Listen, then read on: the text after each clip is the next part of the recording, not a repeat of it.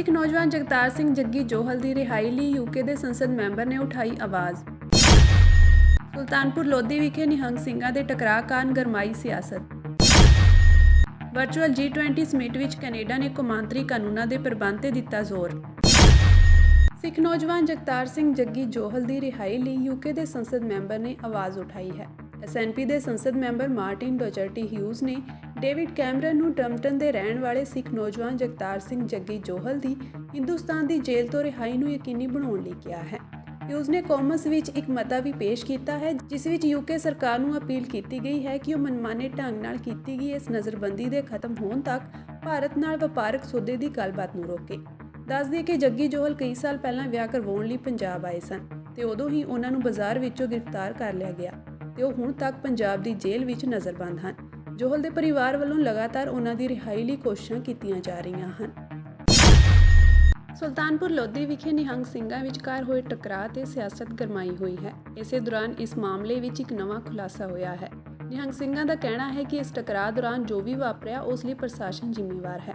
ਉਹਨਾਂ ਕਿਹਾ ਕਿ ਸਾਡੇ ਵੱਲੋਂ ਇੱਕ ਵੀ ਕਾਰਵਾਈ ਨਹੀਂ ਕੀਤੀ ਗਈ ਪਰ ਪ੍ਰਸ਼ਾਸਨ ਨੇ ਇੱਥੇ ਮਾਹੌਲ ਨੂੰ ਵਿਗਾੜਿਆ ਜਿਸ ਕਾਰਨ ਪੁਲਿਸ ਮੁਲਾਜ਼ਮ ਦੀ ਜਾਨ ਗਈ ਤੇ ਸਾਡੇ ਸਿੰਘ ਵੀ ਗੰਭੀਰ ਜ਼ਖਮੀ ਹੋਏ।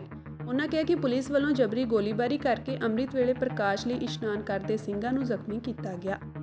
ਇਹ ਸਾਰੀ ਜੋ ਵੀ ਮੋਰਚਾ ਹੋਇਆ ਇਹ ਸਾਰਾ ਪ੍ਰਸ਼ਾਸਨ ਨੇ ਕੀਤਾ। ਫੌਜ ਵੱਲੋਂ ਕੋਈ ਇੱਕ ਸਟੈਪ ਤੱਕ ਨਹੀਂ ਪੁੱਟਿਆ ਗਿਆ। ਕੈਨੇਡਾ ਦੇ ਪ੍ਰਧਾਨ ਮੰਤਰੀ ਜਸਟਿਨ ਟਰੂਡੋ ਨੇ ਕੌਮਾਂਤਰੀ ਕਾਨੂੰਨ ਦੇ ਪ੍ਰਬੰਧ ਨੂੰ ਬਹਾਲ ਰੱਖਣ ਅਤੇ ਜਮਹੂਰੀ ਪ੍ਰਣਾਲੀਆਂ ਨੂੰ ਮਜ਼ਬੂਤ ਬਣਾਉਣ ਲਈ G20 ਦੀ ਅਗਵਾਈ ਅਤੇ ਕਾਰਵਾਈ ਦੇ ਮਹੱਤਵ ਨੂੰ ਉਜਾਗਰ ਕੀਤਾ ਹੈ।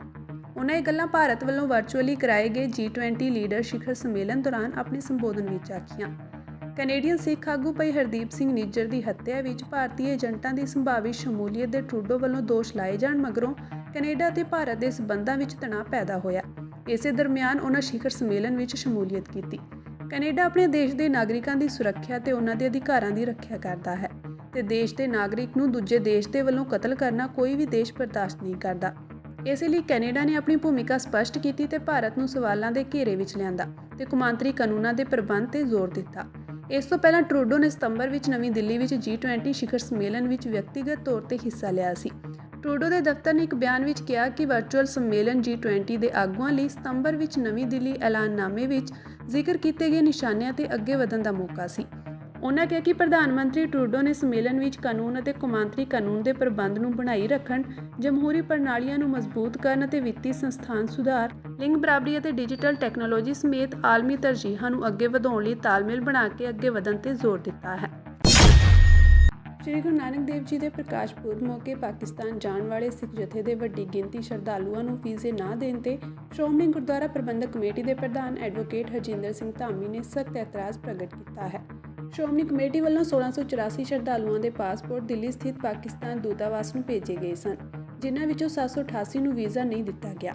ਇਸ ਮੌਕੇ ਸ਼੍ਰੋਮਣੀ ਕਮੇਟੀ ਪ੍ਰਧਾਨ ਧਾਮੀ ਨੇ ਕਿਹਾ ਕਿ ਸ਼੍ਰੋਮਣੀ ਕਮੇਟੀ ਵੱਲੋਂ ਜਥੇ ਵਿੱਚ ਹਮੇਸ਼ਾ ਹੀ ਪੰਜਾਬ ਦੇ ਕੋਟੇ ਅਨੁਸਾਰ ਹੀ ਪਾਸਪੋਰਟ ਭੇਜੇ ਜਾਂਦੇ ਹਨ ਪਰ ਦੁੱਖ ਦੀ ਗੱਲ ਹੈ ਕਿ ਇਸ ਵਾਰ 50% ਦੇ ਲਗਭਗ ਸ਼ਰਧਾਲੂਆਂ ਦੇ ਵੀਜ਼ੇ ਕੱਟ ਕੇ ਭਾਵਨਾਵਾਂ ਤੋੜੀਆਂ ਗਈਆਂ ਹਨ। ਦੋਹਾਂ ਦੇਸ਼ਾਂ ਦੀਆਂ ਸਰਕਾਰਾਂ ਨੂੰ ਇਸ ਵੱਲ ਵਿਸ਼ੇਸ਼ ਤੌਰ ਤੇ ਗੌਰ ਕਰਨਾ ਚਾਹੀਦਾ ਹੈ। ਸ਼੍ਰੋਮਣੀ ਕਮੇਟੀ ਪ੍ਰਧਾਨ ਨੇ ਕਿਹਾ ਕਿ ਪਾਕਿਸਤਾਨ ਦੌਰੇ ਦੌਰਾਨ ਉਹਨਾਂ ਨੇ ਇਹ ਮਸਲਾ ਵੀ ਉਠਾਇਆ ਸੀ ਜਿਸ ਦੌਰਾਨ ਪਾਕਿਸਤਾਨ ਦੇ ਸਬੰਧਤ ਅਧਿਕਾਰੀਆਂ ਨੇ ਯਕੀਨ ਦਿਵਾਇਆ ਸੀ ਕਿ ਉਹ ਇਸ ਤੇ ਸੁਹਿਰਦਤਾ ਨਾਲ ਕਾਰਜ ਕਰਨਗੇ ਪਰ ਦੁੱਖ ਦੀ ਗੱਲ ਹੈ ਕਿ ਪਹਿਲਾਂ ਦੀ ਤਰ੍ਹਾਂ ਹੀ ਵੱਡੀ ਗਿਣਤੀ ਵਿੱਚ ਸ਼ਰਧਾਲੂਆਂ ਨੂੰ ਵੀਜ਼ਿਆਂ ਤੋਂ ਸੱਖਣੇ ਰੱਖਿਆ ਗਿਆ। ਇਸ ਮਾਮਲੇ ਨੂੰ ਲੈ ਕੇ ਜਲਦ ਹੀ ਦਿੱਲੀ ਸਥਿਤ ਪਾਕਿਸਤਾਨ ਦੂਤਾਵਾਸ ਦੇ ਅਧਿਕਾਰੀਆਂ ਨੂੰ ਮਿਲਣ ਵਾਸਤੇ ਵਫਦ ਵੀ ਭੇਜਿਆ ਜਾਵੇਗਾ। ਜ਼ਿਕਰਯੋਗ ਹੈ ਕਿ ਪਹਿਲੇ ਪਾਤਸ਼ਾਹ ਜੀ ਦੇ ਪ੍ਰਕਾਸ਼ ਪੁਰਬ ਮੌਕੇ 25 ਨਵੰਬਰ ਨੂੰ ਜਥਾ ਪਾਕਿਸਤਾਨ ਲਈ ਰਵਾਨਾ ਹੋਣਾ ਹੈ ਜਿੱਥੇ ਗੁਰਦੁਆਰਾ ਸ਼੍ਰੀ ਨਨਕਾਣਾ ਸਾਹਿਬ ਵਿਖੇ ਪ੍ਰਕਾਸ਼ ਪੁਰਬ ਦੇ ਸਮਾਗਮ ਹੋਣਗੇ। ਇਹ ਜਥਾ ਵੱਖ-ਵੱਖ ਗੁਰਧਾਮਾਂ ਦੀ ਯਾਤਰਾ ਮਗਰੋਂ 4 ਦਸੰਬਰ 2023 ਨੂੰ ਭਾਰਤ ਵਾਪਸ ਪਰਤੇਗਾ।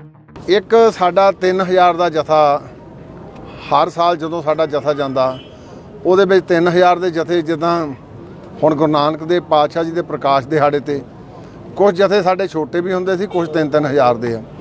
ਐਤਕੀ ਮੈਨੂੰ ਅਫਸੋਸ ਨਾਲ ਕਹਿਣਾ ਪੈਂਦਾ ਪਾਕਿਸਤਾਨ ਅੰਬੈਸੀ ਨੂੰ ਵੀ ਅਸੀਂ ਗਏ ਸੀ, ਮਹਿਤਾ ਸਾਹਿਬ ਤੇ ਮੈਂ, ਅਸੀਂ ਉਦੋਂ ਵੀ ਉਹਨਾਂ ਨੂੰ ਬੇਨਤੀ ਕਰਕੇ ਆਏ ਸੀ। ਐਤਕੀ ਸਾਡੇ 1684 ਸਿਰਫ ਐਪਲੀਕੇਸ਼ਨਾਂ ਸੀ ਔਰ ਉਹਦੇ ਵਿੱਚੋਂ 800 ਦੇ ਕਰੀਬ ਜਿਹੜੇ ਉਹ ਕੱਟ ਦਿੱਤੇ। ਜੇ ਸਾਡਾ ਮੰਨ ਲਓ ਜਿਹੜਾ 6000 ਦਾ ਕੋਟਾ ਪਾਕਿਸਤਾਨ ਸਰਕਾਰ ਨੇ ਪੂਰਾ ਕਰਨਾ ਤੇ ਪਹਿਲਾਂ ਸ਼੍ਰੋਮਣੀ ਗੁਰਦੁਆਰਾ ਪ੍ਰਬੰਧਕ ਕਮੇਟੀ ਦੇ 3000 ਜਿਹੜੇ ਸਾਡੇ ਜੇ ਹੁਣ 1684 ਗਏ ਉਹਨਾਂ 'ਚੋਂ ਵੀ 8 ਕੱਟ ਦਿੱਤੇ ਤੇ 800 ਕੱਟ ਦਿੱਤਾ ਤੇ ਮਤਲਬ 800 ਬੰਦਾ ਜਿਹੜਾ ਉੱਥੋਂ ਦਰਸ਼ਨਾਂ ਦਿਦਾਰਿਆਂ ਤੋਂ ਵਾਂਝਾ ਰਹਿ ਗਿਆ। ਸੋ ਉਹਨਾਂ ਤੋਂ ਮੰਗ ਕਰਦੇ ਆ ਵੀ ਸਾਡਾ ਜਿੰਨਾ ਜਥਾ ਹੁੰਦਾ ਉਹਦੇ ਵਿੱਚ ਕਿਸੇ ਦੇ ਉਹ ਨਾ ਪਾਸਪੋਰਟ ਵੀਜ਼ੇ ਕੱਟੇ ਜਾਣ, ਜਿਹੜੇ ਵੀਜ਼ੇ ਕੱਟ ਦਿੰਦੇ ਆ ਉਹ ਸਾਰਿਆਂ ਨੂੰ ਜਿੰਨਾ ਵੀ ਸਾਡਾ ਜਥਾ ਹੁੰਦਾ, ਜੇ 3000 ਦਾ ਨਹੀਂ ਸਾਡਾ ਪੂਰਾ ਤੇ 1684 ਦੇ ਸਾਰਿਆਂ ਨੂੰ ਦਿੱਤੇ ਜਾਣੇ ਚਾਹੀਦੇ ਸੀ। ਜੇ 3000 ਤੋਂ ਵੱਧ ਜਾਏ ਫਿਰ ਤਾਂ ਫਿਰ ਕੱਟਣ ਦਾ ਕੋਈ ਲੱਗਦਾ ਵੀ ਕੱਟਿਆ ਜਾਊਗਾ ਵੀ 3000 ਦਾ ਜਥਾ ਸੀ। ਸੋ ਇਹ ਪਾਕਿਸਤਾਨ ਸਰਕਾਰ ਤੋਂ ਤੇ ਉਹਨਾਂ ਦੇ ਐਮਬੈਸਡਰ ਸਾਹਿਬ ਤੋਂ ਵੀ ਇਹ ਮੰਗ ਕਰਦਾ ਕਿ ਆਪਾਂ ਜਦੋਂ ਵੀ 3-4 ਵਾਰੀ ਸਾਡੇ ਜਥੇ ਜਾਂਦੇ ਆ ਉਹਨਾਂ ਦੇ ਵਿੱਚ ਵੀਜ਼ੇ ਨਾ ਕੱਟਿਆ ਕਰਨ। ਉਹਨਾਂ ਦਾ ਫਿਰ ਕਈਆਂ ਦਾ ਲੋਕਾਂ ਦਾ ਸਾਡੇ ਤੇ ਸ਼੍ਰੋਮਣੀ ਗੁਰਦੁਆਰਾ ਪ੍ਰਬੰਧਕ ਕਮੇਟੀ ਤੇ ਵੀ ਤੌਖਲਾ ਹੁੰਦਾ। ਉਹ ਫਿਰ ਇਹ ਸਮਝਦੇ ਆ ਵੀ ਸ਼ਾਇਦ ਸ਼੍ਰੋਮਣੀ ਗੁਰਦੁਆਰਾ ਪ੍ਰਬੰਧਕ ਕਮੇਟੀ ਨੇ ਹੈ ਤਾਂ ਸਾਰਾ ਅੰਬੈਸੀ ਦਾ ਕਾਰਜ ਹੈ, ਸਰਕਾਰਾਂ ਦੇ ਕਾਰਜ ਆ। ਸੋ ਇਸ ਕਰਕੇ ਮੈਂ ਇਹ ਸਰਕਾਰ ਨੂੰ ਵੀ ਬੇਨਤੀ ਕਰਦਾ ਪਾਕਿਸਤਾਨ ਦੀ ਨੂੰ ਕਿ ਸਾਡਾ ਜਥਾ ਜਿੰਨਾ ਹੁੰਦਾ ਪੂਰੇ ਦੇ ਪੂਰੇ ਜਿਹੜੇ ਆ ਵੀਜ਼ੇ ਰਿਲੀਜ਼ ਕਰ। ਹਰ ਸਾਲ ਦੀ ਤਰ੍ਹਾਂ ਸ਼੍ਰੀ ਗੁਰੂ ਨਾਨਕ ਦੇਵ ਦੇ ਪ੍ਰਕਾਸ਼ ਦਿਹਾੜੇ ਤੇ ਇੱਕ ਵਿਸ਼ੇਸ਼ ਜਥਾ ਪਾਕਿਸਤਾਨ ਸਥਿਤ ਗੁਰਧਾਮਾਂ ਦੇ ਦਰਸ਼ਨ ਲਈ ਜਾਂਦਾ ਆ। ਇਸ ਵਾਰ ਵੀ ਇਹ ਜਥਾ ਲਗਭਗ 1684 ਨਾਂ ਭੇਜੇ ਗਏ ਸਨ, ਜਿਨ੍ਹਾਂ ਵਿੱਚੋਂ ਲਗਭਗ 800 ਦੇ ਲਗਭਗ ਨਾਂ ਜਿਹੜੇ ਉਹ ਪਾਕਿਸਤਾਨ ਐਮਬੈਸੀ ਨੇ ਕੱਢ ਦਿੱਤੇ ਨੇ। ਜਿਨ੍ਹਾਂ ਨੂੰ ਵੀਜ਼ਾ ਮਿਲ ਗਿਆ ਉਹਨਾਂ 'ਚ ਖੁਸ਼ੀ ਵੀ ਆ ਤੇ ਜਿਨ੍ਹਾਂ ਦੇ ਨਾਂ ਕੱਟੇ ਗਏ ਨੇ ਉਹਨਾਂ 'ਚ ਮਾਯੂਸੀ ਵੀ ਆ। ਅਸੀਂ ਹਰ ਵਾਰ ਮਾਨਯੋਗ ਪ੍ਰਧਾਨ ਸਾਹਿਬ ਉਸਤਾਦ ਜਸਵੀਰ ਧਾਮੀ ਜੀ ਵੱਲੋਂ ਸਰਕਾਰਾਂ ਨੂੰ ਅਪੀਲ ਕਰਦੇ ਹਾਂ ਕਿ ਵੱਧ ਤੋਂ ਵੱਧ ਜਿਹੜੇ ਉਹ ਵੀਜ਼ੇ ਦਿੱਤੇ ਜਾਣ ਤਾਂ ਜੋ ਸੰਗਤਾਂ ਜਿਹੜੇ ਉਹ ਆਪਣੇ ਵਿਛੜੇ ਗੁਰਧਾਮਾਂ ਦੇ ਦਰਸ਼ਨ ਕਰ ਸਕਣ। ਕਿਉਂਕਿ ਸਿੱਖ ਹਰ ਰੋਜ਼ ਅਰਦਾਸ ਕਰਦਾ ਹੈ ਕਿ ਜਿਨ੍ਹਾਂ ਗੁਰਧਾਮਾਂ ਤੋਂ ਪੰਥ ਤੋਂ ਵਿਛੋੜਿਆ ਗਿਆ ਉਹਨਾਂ ਦੇ ਖੁੱਲ੍ਹੇ ਦਰਸ਼ਨ ਦੀਦਾਰ, ਪਰ ਸਰਕਾਰਾਂ ਖੁੱਲ੍ਹੇ ਦਰਸ਼ਨ ਦੀਦਾਰ ਦੀ ਤੇ ਦੂਰ ਦੀ ਗੱਲ ਆ, ਸਾਨੂੰ ਵੀਜ਼ੇ ਦੇ ਕੇ ਵੀ ਦਰਸ਼ਨ ਕਰਨ ਨਹੀਂ ਦਿੰਦੀਆਂ। ਇਹ ਕਰਕੇ ਅਸੀਂ ਦੋਵਾਂ ਸਰਕਾਰਾਂ ਨੂੰ, ਪਾਕਿਸਤਾਨ ਤੇ ਹਿੰਦੁਸਤਾਨੀ ਸਰਕਾਰ ਨੂੰ, ਮਾਨਯੋਗ ਪ੍ਰਧਾਨ ਸਾਹਿਬ ਵੱਲੋਂ ਬੇਨਤੀ ਕਰਦੇ ਹਾਂ ਕਿ ਸਿੱਖਾਂ ਨੂੰ ਜਾਂ ਜਿਹੜੇ ਗੁਰਧਾਮਾਂ ਲਈ ਗੁਰਸਿੱਖ ਦਰਸ਼ਨ ਕਰਨਾ ਚਾਹੁੰਦੇ ਨੇ ਉਹਨਾਂ ਨੂੰ ਵੱਧ ਤੋਂ ਵੱਧ ਵੀਜ਼ੇ ਦਿੱਤੇ ਜਾਣ ਤਾਂ ਜੋ ਆਪਣੇ ਵਿਛੜੇ ਗੁਰਧਾਮਾਂ ਦੇ ਦਰਸ਼ਨ ਕਰ ਸਕਣ। ਇਸ ਵਾਰ ਜਿਹੜਾ ਜਿਨ੍ਹਾਂ ਦੇ ਨਾਂ ਕੱਟੇ ਗਏ ਨੇ ਉਹ ਬਹੁਤ ਮਾਯੂਸ ਨੇ, ਕਿਉਂਕਿ ਉਹ ਆਪਣੇ ਵਿਛੜੇ ਗੁਰਧਾਮਾਂ ਦੇ ਦਰਸ਼ਨ ਕਰਨਾ ਚਾਹੁੰਦੇ ਸਨ, ਪਰ ਪਤਾ ਨਹੀਂ ਕਿਉਂ ਏਡੀ ਵੱਡੀ ਪੱਧਰ ਤੇ, ਨਹੀਂ ਤੇ ਆਮ 5% 10% ਨਾਂ ਕੱਟੇ ਜਾਂਦੇ ਨੇ। ਐਰਕਾਂ ਲਗਭਗ 45% ਦੇ ਲਗਭਗ ਜਿਹੜੇ ਨਾਂ ਕੱਟ ਦਿੱਤੇ ਆ, ਜਿਨ੍ਹਾਂ ਕਰਕੇ ਸਿੱਖਾਂ 'ਚ ਜਾਂ ਜਿਹੜੇ ਜਥੇ ਜਾਣਾ ਚਾਹੁੰਦੇ ਉਹਨਾਂ 'ਚ ਭਾਰੀ ਰੋਸ ਆ। ਮੁੱਖ ਮੰਤਰੀ ਭਗਵੰਤ ਮਾਨ ਨਾਲ ਮੀਟਿੰਗ ਤੋਂ ਬਾਅਦ ਕਿਸਾਨ ਆਗੂਆਂ ਨੇ ਦਾਅਵਾ ਕੀਤਾ ਹੈ ਕਿ ਮੁੱਖ ਮੰਤਰੀ ਨੇ ਮੰਗਾਂ ਮੰਨ ਲਈਆਂ ਹਨ। ਮੁੱਖ ਮੰਤਰੀ ਨੇ ਗੰਨੇ ਦਾ ਮੁੱਲ ਵਧਾਉਣ ਦਾ ਭਰੋਸਾ ਦਿੱਤਾ ਹੈ ਤੇ 3 ਨਵੰਬਰ ਤੱਕ ਸ਼ੂਗਰ ਮਿਲਾਂ ਚਲਾਉਣ ਦਾ ਵਾਅਦਾ ਕੀਤਾ ਹੈ। ਆਗੂਆਂ ਨੇ ਕਿਹਾ ਕਿ ਮੁੱਖ ਮੰਤਰੀ ਵੱਲੋਂ ਇਹ ਵਾਅਦਾ ਕੀਤਾ ਗਿਆ ਹੈ ਕਿ ਆਉਣ ਵਾਲੇ ਸੈਸ਼ਨ ਵਿੱਚ ਗੰਨੇ ਦੇ ਵਧੇ ਹੋਏ ਮੁੱਲ ਦਾ ਐਲਾਨ ਕੀਤਾ ਜਾਵੇਗਾ। ਇਸ ਤੋਂ ਬਾਅਦ ਕਿਸਾਨ ਜਥੇਬੰਦੀਆਂ ਵੱਲੋਂ ਜਲੰਧਰ ਵਿਖੇ ਦਿੱਤਾ ਜਾ ਰਿਹਾ ਧਰਨਾ ਖਤਮ ਕਰਨ ਦਾ ਐਲਾਨ ਕਰ ਦਿੱਤਾ ਗਿਆ, ਪਰ ਇਸ ਦੇ ਨਾਲ ਹੀ ਉਹਨਾਂ ਕਿਹਾ ਕਿ ਇਸ ਸੰਬੰਧੀ ਪਹਿਲਾਂ ਜਲੰਧਰ ਵਿਖੇ ਧਰਨੇ ਤੇ ਬੈਠੇ ਕਿਸਾਨਾਂ ਨੂੰ ਭਰੋਸੇ ਵਿੱਚ ਲਿਆ ਜਾਵੇਗਾ ਅਤੇ ਮੀਟਿੰਗ ਸੰਬੰਧੀ ਜਾਣੂ ਕਰਵਾਇਆ ਜਾਵੇਗਾ। ਸੁਲਤਾਨਪੁਰ ਲੋਧੀ ਵਿਖੇ ਨਿਹੰਗ ਸਿੰਘਾਂ ਦੇ ਟਕਰਾਅ ਤੇ ਪੁਲਿਸ ਦੀ ਕਾਰਵਾਈ ਤੇ ਸ਼੍ਰੋਮਣੀ ਅਕਾਲੀ ਦਲ ਬਾਦਲ ਨੇ ਸਰਕਾਰ ਤੇ ਵੱਡੇ ਇਲਜ਼ਾਮ ਲਾਏ ਹਨ।